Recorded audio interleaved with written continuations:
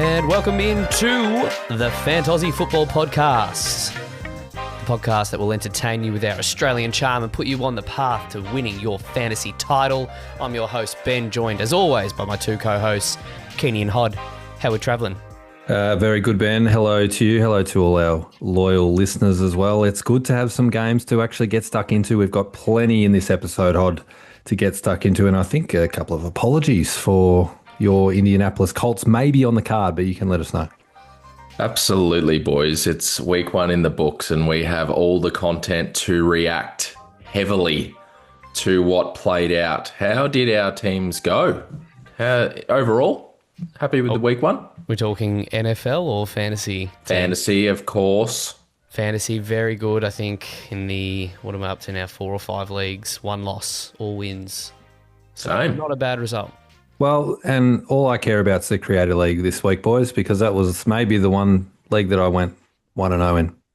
Let's ignore the rest. That's true. Shout out to Snap Count Society over there who started up that league. It's been off to a flyer and we've done extremely well starting Dylan Sampson, or not starting Dylan Sampson and still getting the win with that dominance there. But coming up on tonight's show, we've got Mailbag coming up. We'll hear from old Double D. He might have dusted off possibly for the Mailbag. We've got our power rankings, our week one review, and some sleepers just to get you all excited going into week 2. So I believe there is Double D duty coming up.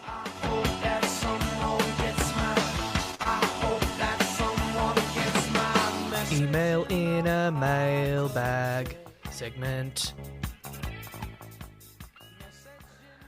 We certainly do, and we are graced with this man's presence. Chiming in once again, he had a little bit of a layoff, but this one is a long one, boys, so I'll get straight into it. But I'm back, Todd says. Todd time, long time.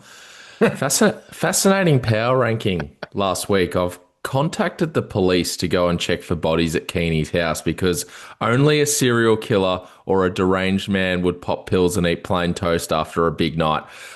For me, in no particular order, he's chiming in for our power ranking. Fried chicken and chips, preferably Korean or karaage fried chicken. Chicken katsu curry. And a pulled brisket burrito with sweet potato fries. So he loves the potatoes. Very specific. Heavy on the tates. Seems like even a seasoned professional with the hangover cure by the sounds of it. That's very particular. Just my sort of setup there. Todd loves to have fun and good to see that there's a curry in the mix.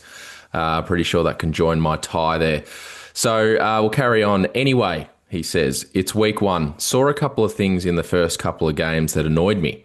Pretty poor of Carter to spit on Dak. Instead, he should have punched him for spitting and smirking in his direction. I think that's a bit of a Cowboys-Eagles rivalry there playing out. Also, the refs need to put a stop to Mahomes laying late hits on the sideline. Players know they can't touch him because last year he was drawing fouls, yet he's allowed to lay people out. Might be onto something there.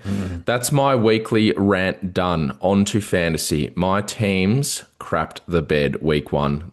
The Vultures wasted no time and I've been inundated with trade offers. He has a question for us and the listenership. How quickly should I start looking at tinkering with my team? Could be a nice segue into what we have coming, but overreactions, it typically plays out week one. How quickly should we react or not? And just finally, also, did Brad seriously say he goes for a smoothie after a big night out? He needs to have a long think about his life choices. I'm not sure how you look at yourself in the mirror with that type of behaviour. Toddcast out. What an installment. There's a bit to digress there. I'm not even going to let Brad answer to that one, but how quickly do we react to week one? I know I'm guilty of it. A few years ago, Sammy Watkins, the Lizard King, might have had a big week one, and I went out and traded for him to be left very disappointed. How do you guys approach it very quickly? Well, I think it ties into a little bit of the week one storylines that we were anticipating in last episodes on the pod, and just having a look at what actually transpires, what happens out there, who's getting the targets, who's getting the carries. I think week one's all about opportunity and what it looks like rather than the actual production itself. So it's hard not to react and try and flip something and send out some trade offers and react to that first week. But I think you've got to let it settle for a couple of weeks. That would be my one piece of advice. The great man Keany quotes all the time, old Ross Lyon, as he says, one swallow does not make a summer, Hod. So we need to just cool our jets, 1 week sample size. I think if it passes the eye test, obviously if you were watching your players and there was some really glaring things that you think, I got to jump ship early. Otherwise, I would say at least hold or stay course for at least 1 more week and see if there's a bit of a trend that emerges. In fact, I'm actually guilty of going the opposite way. And if one of the players I've got overperforms in my mind, I'm quick to throw them in a trade and get them, try and cash in. It's like hitting the cash out button on Sportsbet. I'll take it. I think that's a good point to make. I would be looking at the plethora of stars that underperformed in week 1. And if you can, go out and acquire them because it's a numbers game and they will bounce back in a big way. And I'm sure we'll run you through a few in our starts of the week later in this installment. Absolutely. And also a shout out to James, who's also reached out through the mailbag here, also giving a bit of feedback on the power rankings there. But his one was perfect hangover food. He just had 3 steamed dimmies drowned in sayo sauce. It's the ultimate hangover cure. It could be served in a sweaty bag or a coffee cup. He's not too convinced either way. But I got to say that is a great piece of feedback. And my head wasn't going down that path last week, but now that he's put it out into the universe, I'm all for a few steamed dimmies. Love it.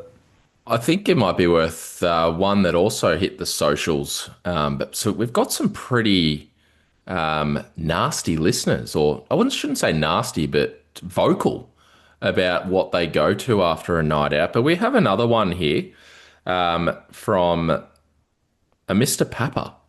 I'm not sure who that is. But Anonymous.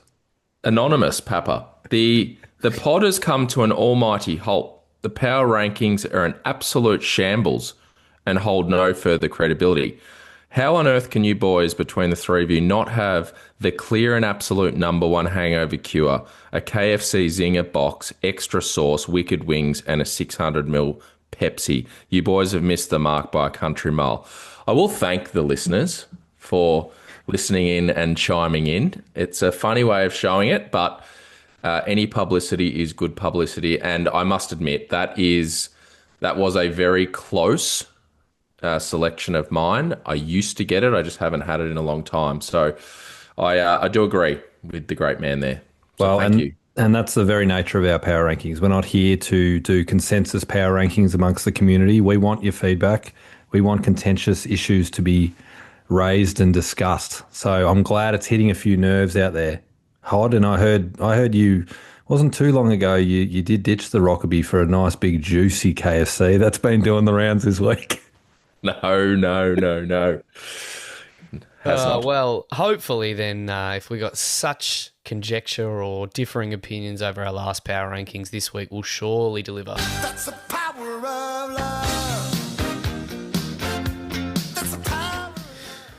And we thought, in the spirit of week 1 overreactions, why not just have a power ranking on overreactions from week 1? So I'll kick it off here. And boys, plain and simple, Ravens season, done. Put a line through it. Baltimore, we're not even worrying about their season. They lost to the Bills by a point. They can't beat them. They're not going to make the Super Bowl, so don't even worry about it. Move on. I reckon just run through your 3 each. Oh, okay. Far away this week. 3, 2, 1. My 2 is, despite the loss, Jets are making the AFC Championship game. Fields looked phenomenal. They put up 32 points. 60-yard field goal sunk them. That's not going to happen every week. So just book a ticket. New York AFC Championship game, Hod. It wasn't a good week for kickers. There's already been one that's been dropped, but it was not a good week. Oh, do you watch the Browns? Yeah, well, that might have been one of my takeaways in their game there. So nice little preview. My number 1 here is, and we're going big in this week's power rankings, JJ McCarthy is going to break the Vikings Super Bowl drought from 1977 or whenever it was. He's going to be the saviour. He didn't have to do an awful lot, but he just got the job done. Our man Ben set a high bar last week, Hod, when he said if they don't make the Super Bowl, will they get rid of him? Jeez, I'm glad he's on board So they're now. not getting rid of him. He's doubling down by overreacting to his own storyline in succession. It's a good three. I will kickstart with Green Bay Super Bowl is wrapped up, boys. They were flying around the ball against a very good offense and came out with a statement game. Their defense was already good without the addition of Parsons, and that's just going to be one to watch for the year. My second one, Trevor Lawrence will never achieve the heights of his draft height. I'm becoming more and more concerned. I've had shares of him early in this season with Carolina week 1, Cincinnati coming up in week 2. But watching week 1, I'm not convinced, and it just keeps going and going. So I need to see him bounce back this week with the talent he's got on offense. But speaking of talent, my number one is Justin Herbert will win the MVP. I was super encouraged with what I saw on the weekend. The talent has never been denied. I think we believe in Justin Herbert. It's always been the regime that has been that he's been a part of, the offense, and it's always been a run-heavy offense. We saw it in early days. I think year 1 was amazing. Year 2 was pretty solid, but the last 2 have been very run-heavy. So is this the year that he gets unleashed and the talent really shines? But pretty happy with Herbert's week 1, and he might just go on with it. Huge overreaction, that one, but we shall see. My overreactions, well, the first one's not. I mean, Mike McDaniel, he's done. He's lost the locker room at Miami. That's it. They'll lose to the Pats this week by 21 points, and he'll be out the door. There's my overreaction. Number 3, coming in hot. Got the score. You're welcome. Number 2, don't discount the dog pound. These Cleveland Browns aren't as bad as you think. If anyone watched that game, they actually dominated the Bengals. And I know the Bengals don't normally start quick in week 1, but they've got a competent offense. They've got some pieces there. Their defense is quite good, and they've got a very, very good coach. So I think they're a bit frisky. Everyone thinks they're going to be terrible this year and win 2 games. I think they're a bit better than that. And number 1, I just think it's worth a discussion for the pod. And I feel like there's always one team any year where things just go wrong. And I think that this year it could be the Chiefs. They've been up for a very, very, very long time, and it's just got a little bit of a whiff of season from hell potential. We talk about Xavier Worthy going out in the first 3 seconds of the game. He is a super important player for them. Rice is suspended for 6 weeks. Who knows about Kelsey? Their offense didn't look dynamic at all, and I just think it's hard to keep fronting up year after year after year for these Chiefs and keep getting into the 1 seed, 2 seed. I think they're a big chance to miss the playoffs. It's a good shout. I think we did touch on it when we did our divisional bets, and we all didn't really like the Chiefs at the odds, but we also made the point of they had a lot of luck last year in close score games, and they might see that regression, and it could have already started week 1. But I just want to really sum up your overreactions here with the take on Mike McDaniel. The real reason, ladies and gentlemen, that Keany is a bit sour on Mike McDaniel is because Keeny's also a fan of the long shorts or the short pants. The short longs. The short longs. And he's just stealing the thunder. And he's really not happy about it. So he wants him gone so Keany can be the one and only that rocks that look. Yeah, that's very true. I've actually got one quick honourable mention, and that is that none of my overreactions are actually overreactions. They're all spot on. Fact. Yeah. Fact. Same with mine. Yeah, Ravens done for the season. Very nice. So, if you disagree with any of our overreactions, hit us up, fantaussiefootball@gmail.com, or on Instagram, fantaussiefootball, and YouTube. Like, comment, subscribe, all those things that come with each of those platforms, and on Spotify and Apple Podcasts, wherever you listen. We'll move on now to our week 1 reviews, shall we?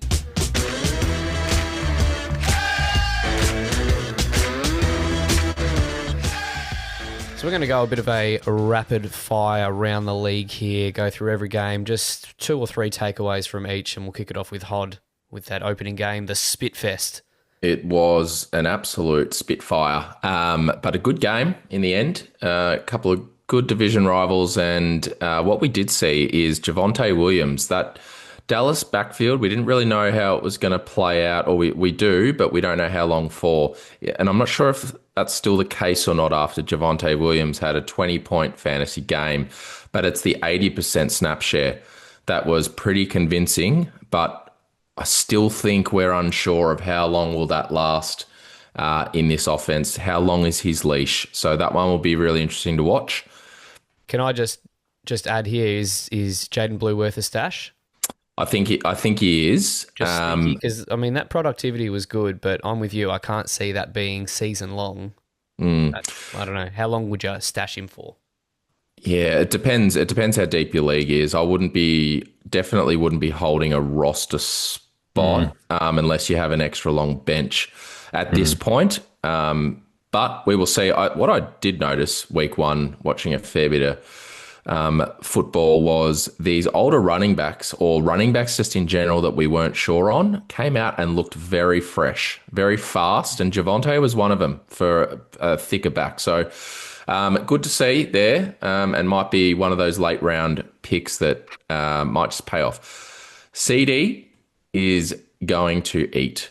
He had a 40% target share, which is huge in this offense. But I love the narrative where he went and got the jugs machine the next day because he had 4 pivotal drops. 2 of them were absolutely pivotal, and he took the blame for the loss. So I think he's going to have a huge bounce back week this week. And speaking of bounce backs, AJ Brown, that is your biggest buy low right now. Some managers might be off him already, or worried about how run heavy this offense is.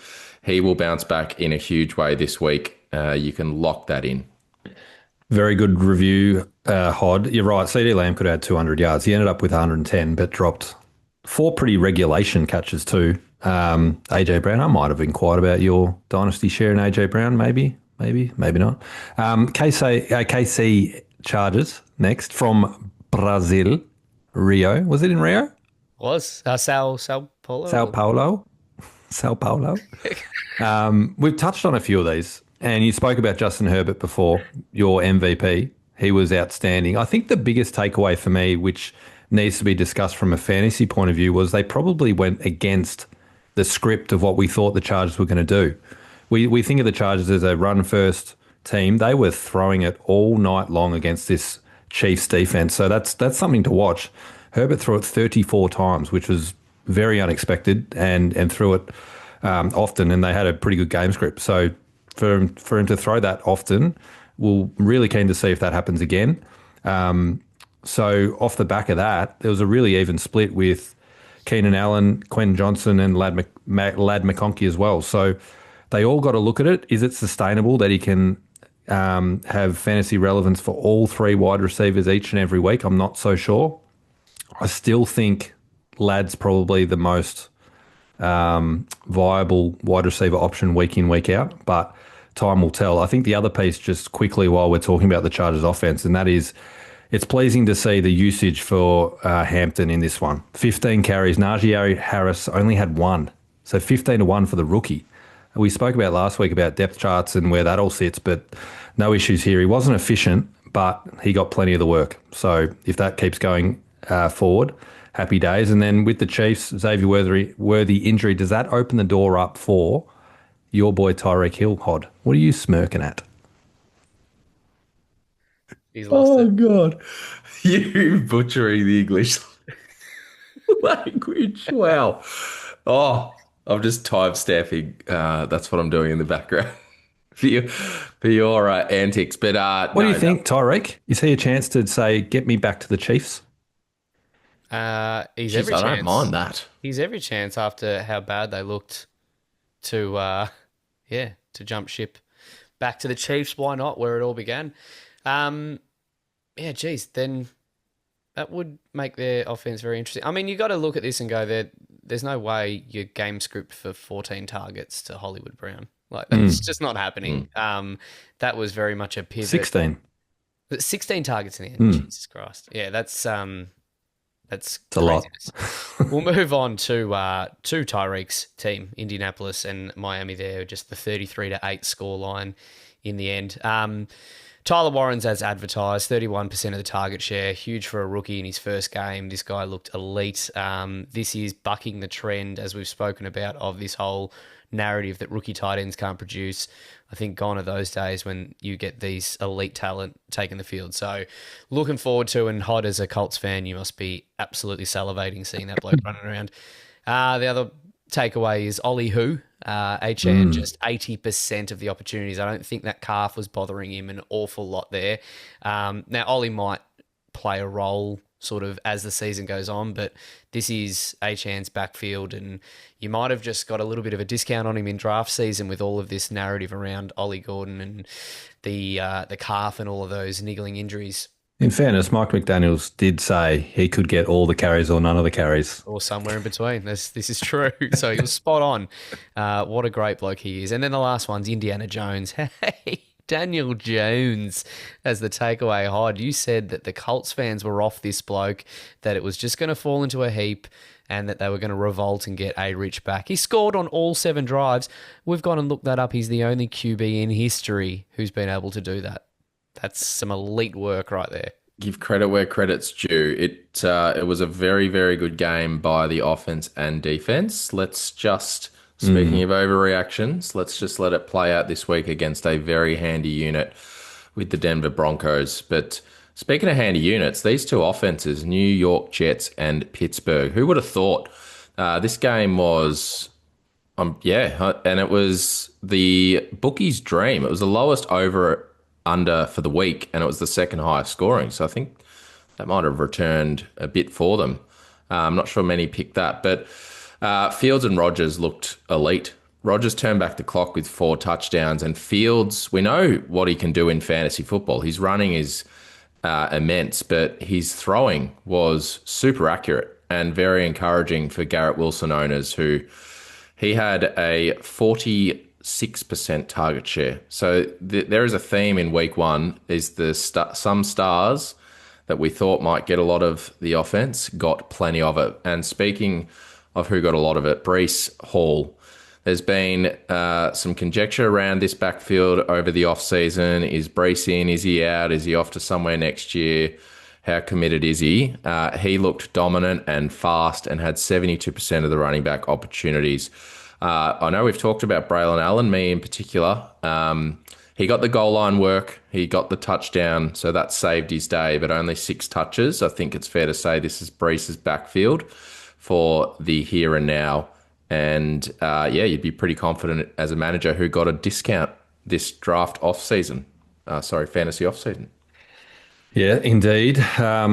We'll head over to Jacksonville and Carolina, and for the 19th straight year, there was a weather delay in the week 1 game at Jacksonville. I don't know why they continue to schedule games there early on in the season, but here we are. That was about an hour and a half, that delay. It was always going to be one of those games where whoever came out of it on the wrong side was going to be heavily criticised and some question marks raised, both QBs in that boat. But certainly it was quite a concerning performance for Bryce Young. I was a lot higher on him than most this year, and wasn't a great start against an okay defence in Jacksonville, but I'm not sure it's lights out. Only having 150 yards, and there's a few other, I suppose, things that you don't actually see through the box score. He actually threw a pick 6 and then it got called back and threw a touchdown. So his stats could have looked a lot worse than what they actually did, and they weren't great to start with. So a big watch this week against Arizona, I believe they've got over in Arizona. So he needs to bounce back, and the Panthers do as a whole. It's probably worth, we've got some news after the fact, but obviously the Tank Bigsby trade, all that does is elevate to Travis Etienne, yeah?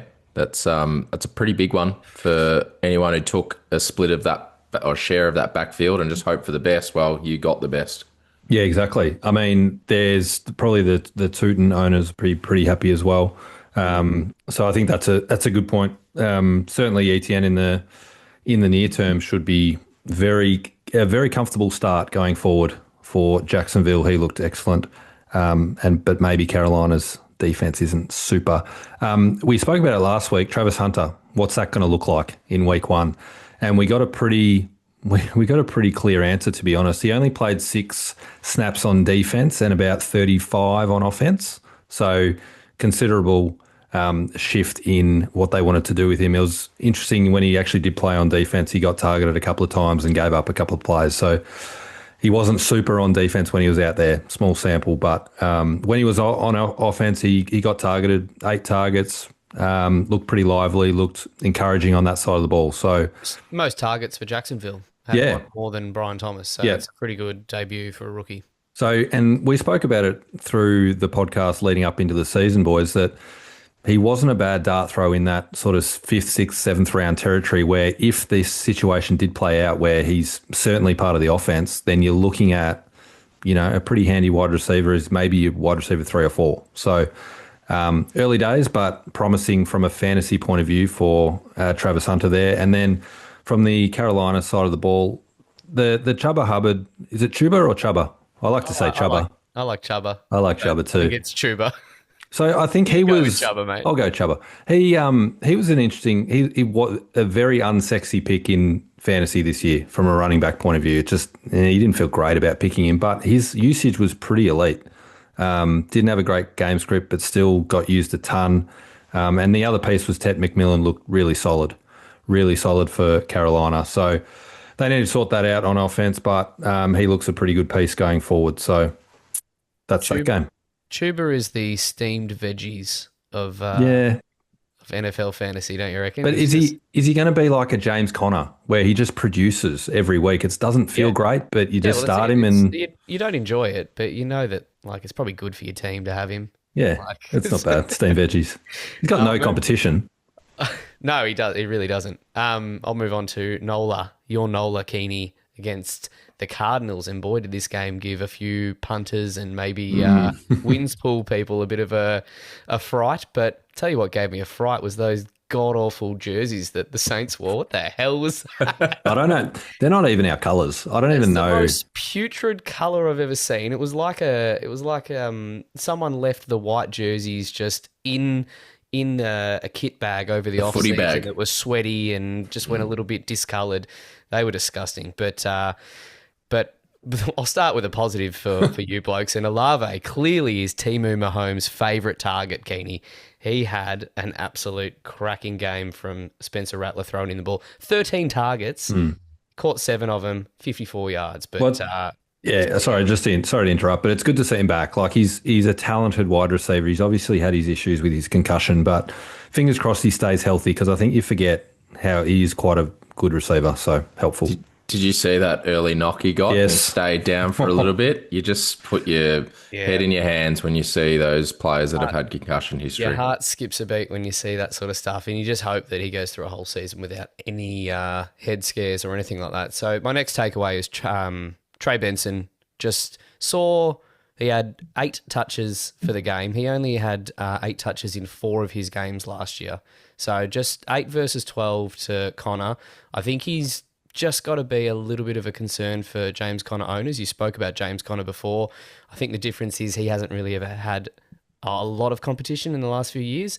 And I think Trey Benson just could present that. So just to watch this space, and if you maybe own some James Conner stock, you might look to offload him after he's had a decent first week. He got the touchdown, looked okay, 12.4 points. Maybe you just try and offload him if you genuinely think that Benson could increase. But I don't know, it could be a small sample size, but 4 times on the course of last year, and he's already replicated that in week 1.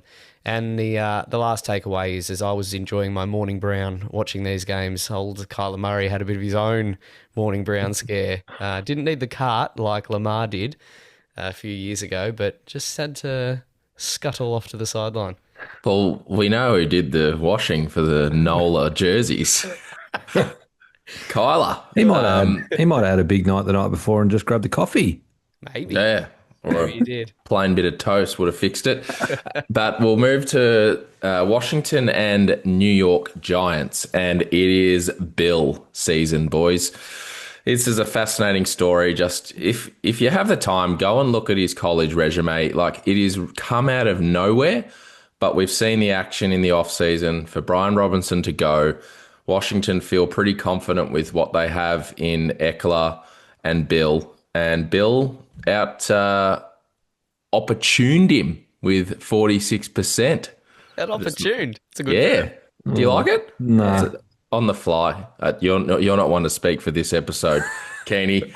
So let me go. But it was a pretty encouraging performance. Bill, our man, Krosky Merritt, is the first player in NFL history drafted outside the top 200 picks with 75 plus rush yards and a touchdown in their debut. So it is looking like a very nice pick for those who took him. And Eckler is still going to have his. He's still a very serviceable back and a veteran that is going to be around. But this guy could just run away with it. He might be just that good that no one picked. Now, we'll move to the Giants, and the defensive line we've talked about in the offseason. This could be really a real special unit, but it might be not the same on the other side because the offensive line looked really bad. And I know Russell Wilson wasn't good, and people are calling for his head already on a short leash at quarterback, but you can't really do too much when they're getting that much penetration. It's a pretty hard job as it is, let alone having a unit like that after you every play. What I will say on Russell Wilson, though, it was a 4.6 yards per attempt, and that's just not going to get it done. It's fair enough if you're trying to get the ball down the field and it's just not working, but when it's that low and it's still not working, I think Malik Neighbours showed his frustration, and rightly so. Yeah. I mean, my takeaway with the Giants D line looks really good, and my thing was maybe they looked just too elite in the offseason because they were only ever matched up against that Giants O-line that looked absolutely atrocious. So it's not that whole steel sharpen steel type thing going on at the Giants, unfortunately. But yeah, Russell Wilson, I mean, as a Giants fan, I'd prefer if they genuinely did just keep Jackson Dart benched for as long as possible, because I don't want to throw him into the deep end and see what happens to so many talented young QBs. This guy's got a lot of swagger, but you just don't want to dent that confidence. You want to build that up. But Russell Wilson is not the QB for this offense. You need someone that can create plays on their feet, and he's just not that guy. Like, I don't know if you saw this play that he threw out to Neighbours on the outplay and got absolutely poleaxed. He's just going to stand in the pocket and get smashed every single play. He prides himself on that. And I don't know, Neighbours being the squeaky wheel is going to really be the thing that's the catalyst over this change. They can be as staunch as they want, the coaches, but if Neighbours is getting pissed off, they'll make the change. You watch it happen. It was a pretty funny exchange between Dable trying to give him a high five and Neighbours giving him absolutely nothing. Oh, it was uncomfortable. I'll tell you who did. Go on. Oh, jeez. You're going to interrupt. You may as well run with it. Speaking of who didn't disappoint, unlike Russell Wilson, Debo. We know what he can do. We think he might be a little bit washed, but he came out with 10 targets, 34% target share, and he was very, very encouraging and fast, like the old Debo that we're used to seeing. Now, Terry McLaurin's obviously just got paid, and rightfully so. He is the star receiver on this offense and a number one. And are we just going to see any impact here? I really liked seeing the fantasy page. I should get it for next time and just give them a plug. But it's the fantasy points missed. And if you didn't watch this game, you wouldn't know that Daniels missed McLaurin on a wide open 70-yard touchdown. So that's a 19-point week compared to the 5 or 6 that he had. The volume will increase. We know when they have these contract disputes and they're not with the team in the offseason, they're going to get off to a slower start than what we're accustomed to seeing. So I wouldn't worry too much, but Debo looks good and they're going to use him. Yep. Cliff Kingsbury is going to draw up some nice plays for him over the course of the season. Yep, and for the 10th year running, there's a training clip of someone looking fat and slow, and then in week 1 they don't look fat and slow anymore. So always important not to buy into any of the stuff you see online sometimes. But Atlanta-Tampa Bay was a fascinating game for anyone who watched it. It was a entertaining game. Both teams played pretty well. There was some special teams errors, but we spoke last week about which of the rookie wide receivers will get their opportunity and could perform. And this man, Amika Buka, without Chris Godwin there, certainly showed every bit of his talents, scoring 2 touchdowns, including the game winner on a beautiful touchdown in the fourth quarter. He looks really, really good. And if you've invested in him this year in fantasy, I think you're pretty happy with how that's looked in week one. And also Drake London. I mean, we spoke last week about my little dark horse for offensive player of the year, 210 targets, I said, if you extrapolate out the numbers from the last 3 games last year. But he started with 14 targets, so he's on track for 250, boys. So I may have undersold him. So keep an eye out for that one. But clearly he's a favoured target going forward with Michael Penix, who played okay. And then the other one for fantasy, I think this one's important to keep an eye on. I don't think it's going to hurt Bijan Robinson that much because he's so prominent in the receiving game. He had 6 receptions for 100 yards and a touchdown in this one. But they love Tyler Algier. And they had an even split on the ground between him and Bijan. So Bijan's more the weapon in the passing game, but Algier's a legitimate part of this offense and probably won't go away. It's the irony between Bijan and Gibbs here, because Montgomery and Algier are pretty similar players. They're that steady, solid back that can eat away at the defenses. And the other one, just on Drake London, just one to watch on that shoulder. I think he got a stinger, might be an AC joint there, so he'll probably play through, but he definitely is one to watch if that impairs him in the coming weeks. Very nice. We'll move now on to the Bengalis taking on the Browns, and you would think a 1-point game would be a pretty fascinating, enthralling watch, but it was a bit of a hard watch at times, this one. My first takeaway is Dylan Sampson. There was a lot of talk about the running backs for the Browns, and obviously Quinshon Judkins is the news that came in the lead up to this game where he signed his rookie deal with them, so look to see him integrated. But the other rookie, Dylan Sampson, just 67% target opportunities. I suppose the takeaway from this for me is that Jerome Ford is pretty much done now. Like, he's been hanging around for a few years, but they've got not only Dylan Sampson but Judkins coming into the mix at some point. So look to see those 2 rookies have a very nice season, I think, and it'll be sort of fascinating to see how that split goes. On the other side of the ball, you've got Chase Brown, and this is why he was my player that I put on the line in the preseason, and that was Chase Brown has just got no one behind him. 92% opportunity share for that.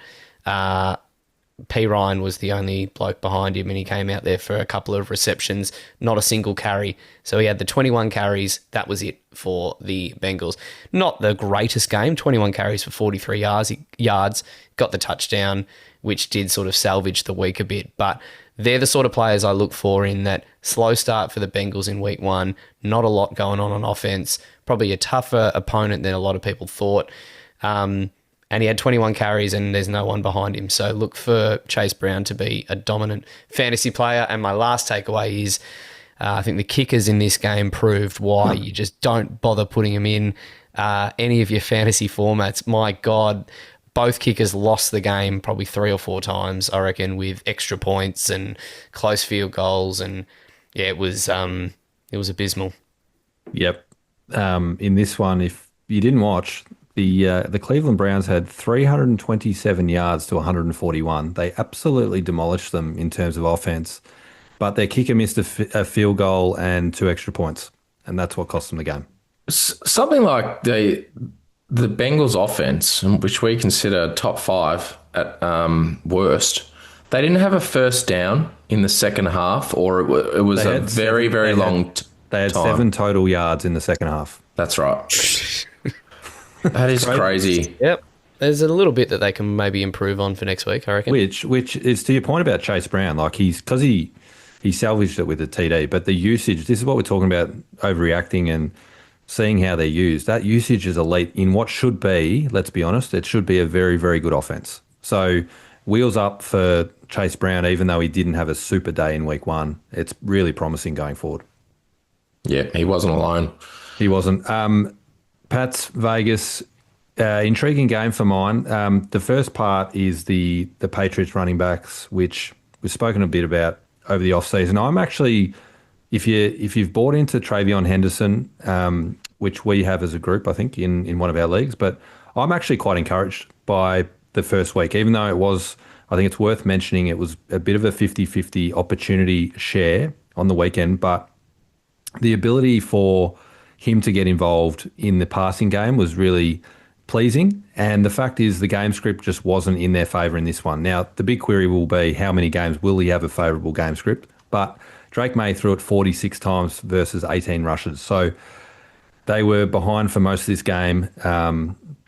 Stevenson only had 7 carries. Travion only had 5. So they just didn't run the ball that much at all. But at least he had 6 receptions. So that's really pleasing. I think you nailed a good point for people to take away here is remember McDaniels is back in this offense and he always has a pass-catching running back. Take your mind back to the last time he was with the Pats and James White was a fantasy winner for a lot of teams in around the 2020 mark. So it's a good point if Travion gets the passing down work. Yeah, and this guy's probably got a bit more talent than old mate White, all due respect, but they've invested pretty heavily into him, so should be fine. Vegas I think the main takeaway for Vegas is they have a competent QB at the helm and a competent head coach at the helm, which is a big shift from last year. And we got to see that against the Patriots. The Genty one's probably the big one from a fantasy point of view. Again, a bit like Hampton, wasn't efficient at all, only 2 yards a carry, but did get a huge workload, 19 carries, got the touchdown. A bit like what you're saying with Chase Brown, salvaged what could have been a pretty dirty day, but the usage is there, and that's all you really want to see if you've bought into Genty at a pretty high price in year one. And I think overall, from a receiver's point of view with the Pats, I just don't know if they've got Stefan Diggs, but they just don't have many dynamic playmakers on offense, and that's again another positive for mine for Henderson, who I think is clearly their most dynamic. So you're not buying into the number one or top waiver wire of the week in Kayshon Boutte? Or maybe a flyer, and we're not doing waiver wires on this show, but he could be worth a small waiver wire addition just to see how that looks again going forward. But yeah, I don't have huge hopes for their passing game off the back of that week. All right, and that's me now. I was muted as I went to talk there. That's not a great start. So Seattle, San Francisco in the divisional game there. So pretty close one here, 17-13. 49ers take it out. 2 of my guys on the line were CMC. Any chance to weave it in and I'll take it. CMC and Kittle. Now, obviously, CMC, there was a huge scare about his calf and is this all basically starting again? The news cycle, we're going nuts 3 days out from the game. Looked pretty good. 22 carries and just 10 targets, if you will, through the air. So I don't think their usage was of any concern to the 49ers, so I reckon the calf could be doing all right. So a sigh of relief for all those 49ers fans and also the CMC owners out there. But Kittle, on the other hand, he looked good. He started all right. He had his touchdown. He had his 4 targets, caught all of them, but then unfortunately pinged the old string. And for anyone who's done it, it was the most telltale footage when you watched it, just as he pulled up and limped his way off the field. So that's a little bit disappointing. There's not really an awful lot of known quantities in that tight end position behind him, and it does now just beg the question. And Hod, you spoke about Ricky Pearsall as a bloke who's sort of the wide receiver there, just in line to get a lot of targets. Well, without Kittle now, that sort of bumps that up even a bit more. So look for Pearsall, I think, if you want to maybe try and cash in. I mean, the only thing is that Brock Purdy has come out with a shoulder injury and is questionable, so maybe just watch this space in the passing game. But I think all paths lead through CMC at this point on the 49ers offense. We'll move to the other side there, and for their running backs in Seattle, Sharps has just got the Kenneth owners, I think, a little bit concerned. Had the touchdown, was the better performing fantasy player with 10 points, 10.7 versus 3.9 if you're going on half-point PPR. 58% versus 40% on the snap count for the two in favour of Charbonnet. But Kenneth, just if you go opportunity snap count, which is when they're on the field, what opportunities are sort of drawn up for those players, Kenneth had 52% and Charbonnet 48%. So it's a bit more of a 50-50 split, if you will, there. So watch this space. Maybe this could be Kenneth Walker buy low type scenario if maybe you kind of don't want to freak out too much over those first stats. But for anyone who threw a late round flyer on Charbonnet, which I did in one league, it's looking okay so far. And the last one is JSN. G stands for Jesus SN. Super. Njigba. 59% target share. This is just absurd what he is doing there. And Sam Darnold has just picked up where Gino left off. 13 targets, caught 9 of them, 124 yards. And clearly coming up with acronyms on the spot is not my forte. I was going to say, if you're going to have an acronym, mate, maybe have it ready to go. But anyway, I just tried to freestyle it. I think Jesus Super and Jigba is unreal. What a nickname. It just took a while to get there. That's it took all three of us as well. Yeah. With the power of editing, it will come through quickly, don't worry. Let me relieve you of your duties there, Ben. Have a spell, mate. I'll move over to Denver and the Titans. I want to start with the Titans and the number one pick, Cam Ward.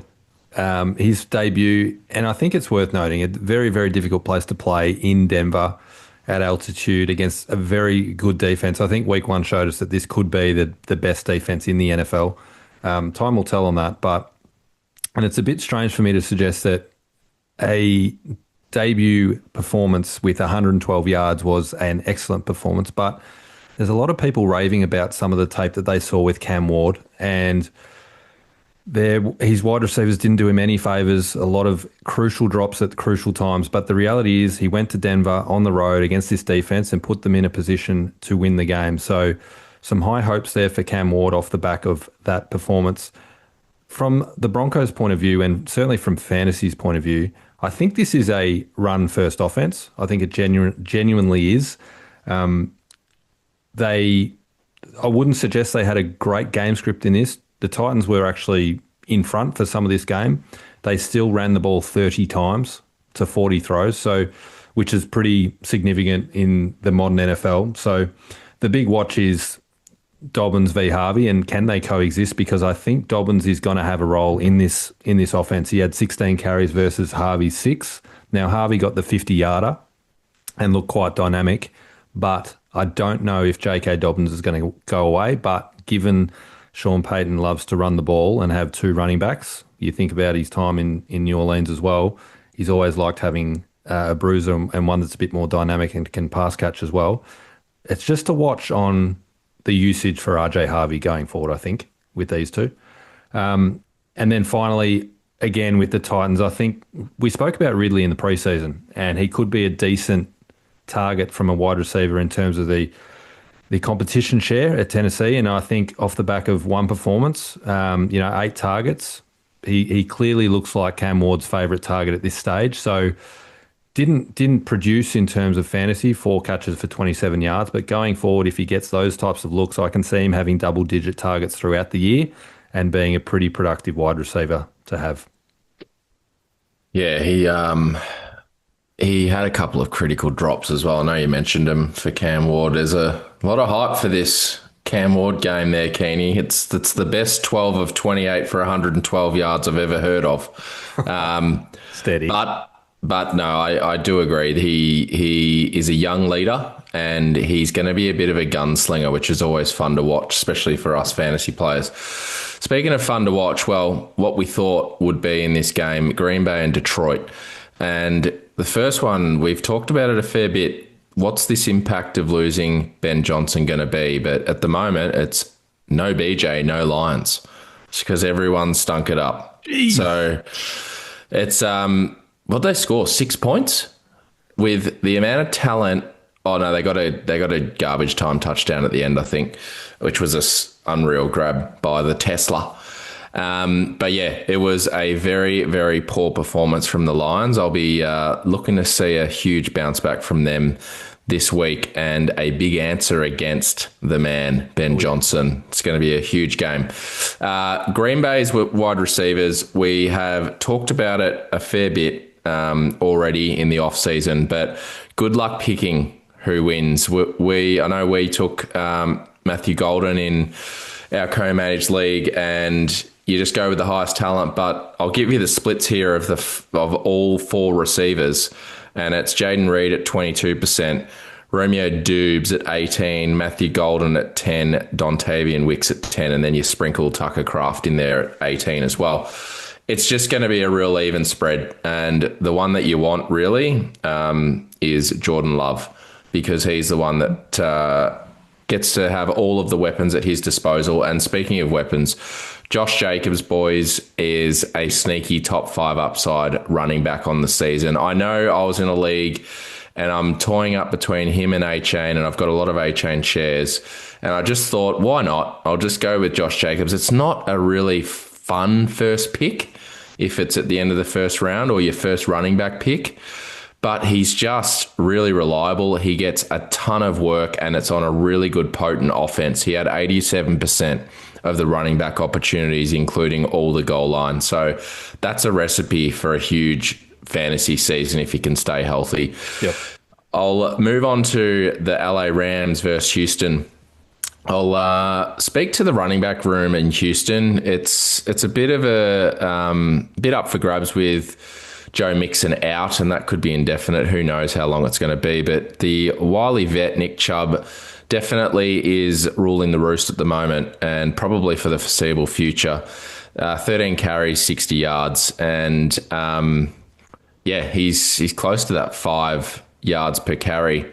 Yeah, that was. I threw that little stat in there for you. In 2022, he was the 5th overall running back on the season and had 5 yards per carry. So I just thought it was an interesting stat line there that when he was at his, arguably the best, he ripped out a 4.6 yards per carry in his first game. So he's hovering around that mark if he can continue it.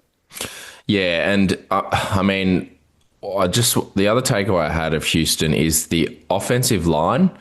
It was rated the worst by PFF, and it by all means looks the worst. It is really, really going to be difficult for all the Texans, let alone CJ Stroud. But Nico Collins, he's not alone. There were a lot of top-end wide receivers that had a very difficult week 1. But it's just going to be hard when they're under so much pressure. And we will give credit to the LA Rams. They are a very good defensive line that gets after the quarterback. But it could just spell trouble for all Texans in fantasy if this line can't get it together.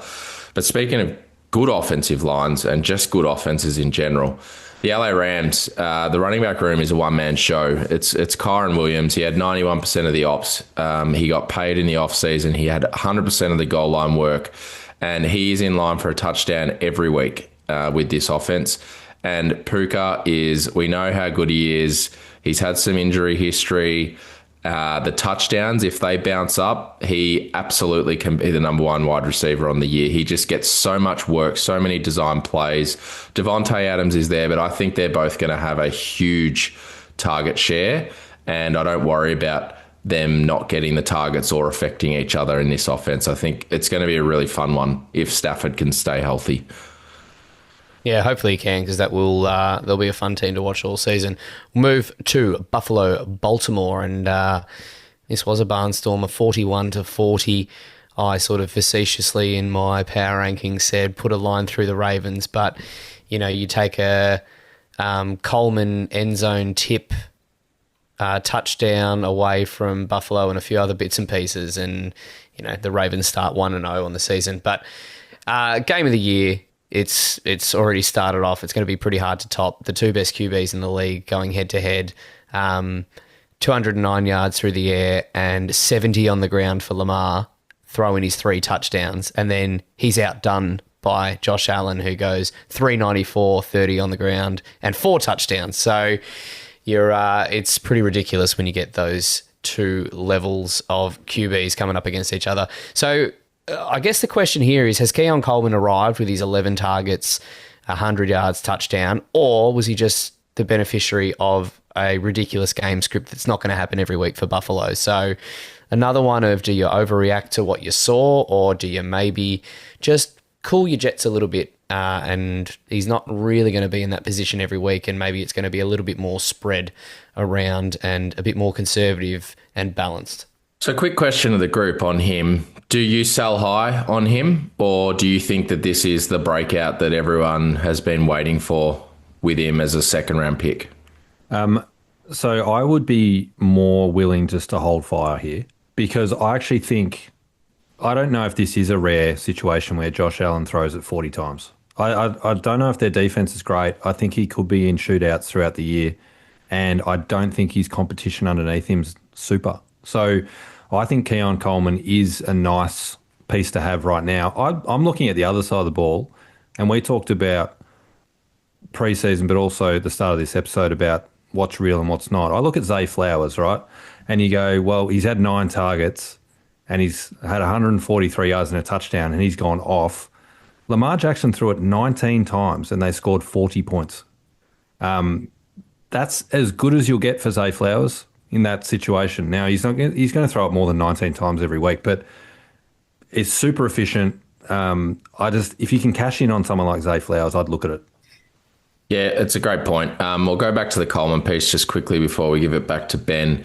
I'm going to go the other way here. I think he is the beneficiary of it. We might see the game scripts, not be as favourable for the Bills, like you said, Keany, but what you saw were Baltimore just got in that prevent defense and they just gave him so much room to work. What he struggles with is separation. He has so many contested catches because he cannot separate. So when it is a more even game script or the scores allow the defenses to play man and play a normal defense, I think he gets clogged up and it's going to be more difficult for Allen to throw those anticipated throws where he gets open. So I'm a bit more of a absolutely cash in, sell high on this one, and we'll be interested to see how this one plays out. He's a fun guy though. I'd love for him to succeed. I just worry about him. Yeah, well, it's an interesting watch this space, but tell you what hasn't been all fun in the last season and even the week 1 of this season, and it's Mark Andrews. What is he just done and dusted? You spoke, Keany, that Lamar only threw it 19 times. Well, only one of them went to Mark Andrews. This guy used to get the lion's share of Lamar's passing game. Isaiah Likely didn't play. He's only going to come back and command more targets as well. So 1 target, no Likely. I think that's just a massive concern. And I would, you talk about do you overreact and drop players or try and get rid of them? I probably would be after this week. And that's, I don't think, an overreaction. Yeah, it is very concerning. We have to remember last year he had that massive week 1 game, 2 touchdowns, and he went on to have a pretty solid season. It was very touchdown heavy. It wasn't the usual high targets that he is used to in that offense. But I agree. It is very concerning for the veteran there. But just sorry, Keany. No, I was just going to say, I just want to weave in a little bit of dynasty here. And just 18 months ago, he was the tight end 3 in dynasty. He's currently the tight end 13 in dynasty. 18 months later. Best position in world sport, that it can change fast. But the last game of the round, Monday Night Football, it was a fun one. And we had 2 young, lively quarterbacks here, and it was a tale of 2 halves. We had Caleb Williams for the Bears come out super strong. He started 10 of 10. And that is all you want in a new offense under Ben Johnson, to come out with those weapons. He was looking great. They had a commanding lead going into the half, and JJ McCarthy, he flat out looked shocking in the first half. And it was a bit of cause for concern, but didn't he turn it around? They come out and dominated. They had a 21-point fourth quarter, and he had 2 passing touchdowns and a rushing touchdown. He really looked like he clicked. He never looked like he wasn't with it. It was just those jitters early on, and the Bears were getting a fair bit of pressure. But really exciting for the, Super Bowl winning Minnesota Vikings, according to Ben's week 1 overreaction. So don't go too, just making the Super Bowl. But let's not go too crazy. Gotcha. But you have to be encouraged by the young quarterback. Jordan Mason is another one that we've talked about, and he's one to be excited about because he featured prominently. He had 16 touches to Jones's 11. Jones got the touchdown, and he's still a great back, Aaron Jones. But this is going to be just another one of those 3 or 4 backfields that are looking like they're splitting a lot of work. So my takeaway is whoever gets the touchdown will be the weekly play, and that's going to be hard to forecast. The last one here, speaking of running backs, this is not a split. DeAndre Swift for the Bears had 96% of the Bears' backfield touches. And you made the point a few weeks ago, Ben, that Ben Johnson was the one who delisted him in Detroit. Wasn't a fan, and I don't know what's happened, but they've definitely made up. And we'll just see if that sort of dominant percentage stays there when Roschon Johnson comes back, because he's been around for a while and they like him. I know they had the rookie there in Manungai and got a few touches, but that is an awfully high split. Or conspiracy theorist side of things. Is he just rising his stock so he can trade him on again for a second time in his career? He's just, let's put him out there. Let's show off all the little moves and shimmies he can do, knowing that Roschon and Manungai are his guys. That's my little hot take there.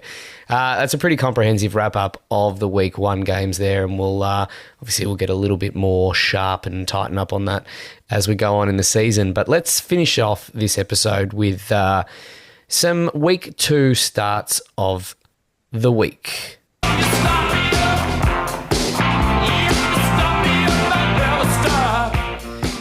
We're just going to try and quickly run through here some of our favourite starts or players this week, and we'll run through one for each position. It can be a number of different reasons as to why we like it. My first one here, QB, Jalen Hurts, had a fantastic week 1 against the Cowboys. He moves on to Kansas City, over in Kansas City, and I think continues that good run of form there. So I don't think there's an awful lot to think about. If you've got this guy, you just start him, don't you? Chase Brown, I know I keep, banging on about this guy, but he's my running back start of the week. He had the 21 carries, 2 yards per carry. I would like to think that that's going to increase the yards per carry this week. I don't think the carries is going to change an awful lot, but I think the yards per carry will. Chuba Hubbard came up against, who are they playing this week? Arizona. So Chuba played them last week, was the 8th running back on the week. And Chase Brown's yards per carry in his career hovers around that 4 to 4.5 mark anyway. So I'd like to see that return to the mean a little bit more. Mike Evans is my wide receiver start of the week, taking on Houston. A lot of love for Igbuka, getting the 2 touchdowns. But this guy didn't go away. He had plenty of targets at important times of the game. Didn't get on the touchdown side of things, but I reckon that will shift against Houston there. Almost a lock for a touchdown. I reckon it's pretty easy to say. And then my tight end start of the week is Kelsey versus Philly. We spoke about Kansas City. There's not an awful lot of options there for Mahomes to throw to. He's not going to hyper target Hollywood Brown again. I think he's going to balance it out a little bit more. And Kelsey looked pretty good. He looked slow, but certainly looked like he can get the job done fantasy-wise, and that's all you care about in week 2. That'd be a good answer for Kelsey against his brother's former side, and that would make for a good podcast if he had a big game against the Eagles this week. My quarterback start of the week is Trevor Lawrence. I know I said I'm really keen to see if he can take this leap this year. If he doesn't do that against this Bengals defense this week, I am going to be raising the alarm bells. My running back start of the week is Jahmyr Gibbs, and I've put him in the category of any line this week. I think they are going to roar and rise above the Bears against Ben Johnson. There's a rivalry there, and I think they are going to run up the score, or they are going to run all over him and try and keep the ball out of the Bears offense. So look for Jahmyr Gibbs. Very quiet last week, a lot of catches, but to get going on the running game, including Montgomery, I wouldn't be surprised if they both have a big game. My wide receiver start of the week is CD Lamb, and I've got the jugs machine there as the reason why. He put the loss on his shoulders last week with those critical catches. I think he's going to answer big this week, and my tight end start of the week is Trey McBride. He had a quiet week 1, and say that lightly. He had 6 catches for 61 yards. It's pretty good in the tight end landscape, but he goes against Carolina this week, and I just think that's a matchup that they're going to exploit. And Trey McBride to get on the board with a 20 burger in PPR leagues this week. Love it. Bold Bold statements. That's what we like to see. My QB start of the week, very similar theme to you, Hod. I think Dan Campbell is a very competitive man and has taken the commentary around the Detroit Lions and his offense very seriously and taken it to heart. And I think he will do everything he can to make sure this is a high-scoring, high-powered Lions offense in their home opener against Ben Johnson. So start him up. Jared Goff, it didn't look great on the weekend, but I think he will bounce back. James Conner at running back. Again, we spoke about Benson and maybe some potential workload issues there, but I actually think James Conner is their lead back. I think Benson's the change of pace, but I think against this Carolina defense, we saw what ETN did against them. I think Connor's a really solid start. They're 7-point favourites at home. I think he at least gets a good goal line look and he'll score double digits, no problem. Wide receiver, this one's easy, Hod. AJ Brown. It's a tale as old as time, this one. The old WD-40 Brown. The squeaky wheel will get fed this week. And by the way, against a pretty ordinary KC passing defense, I think Herbert showed they passed it early and often, and I can see Philly doing something similar. I think AJ Brown's a great start this week. And tight end, a little bit of an upside play here, but Brenton Strange for the Jags. I just think they are a little bit of a smoky in general, Jacksonville, but they're playing Cincinnati, and we know that the two Cleveland tight ends in the waiver wire darling, Harold Fannin and David Njoku, combined for about 15 or 16 targets against them. So there could be some looks going his way. So I think if he's on waivers or you're struggling at the tight end position, Brenton Strange could be a name to fill into your rosters this week.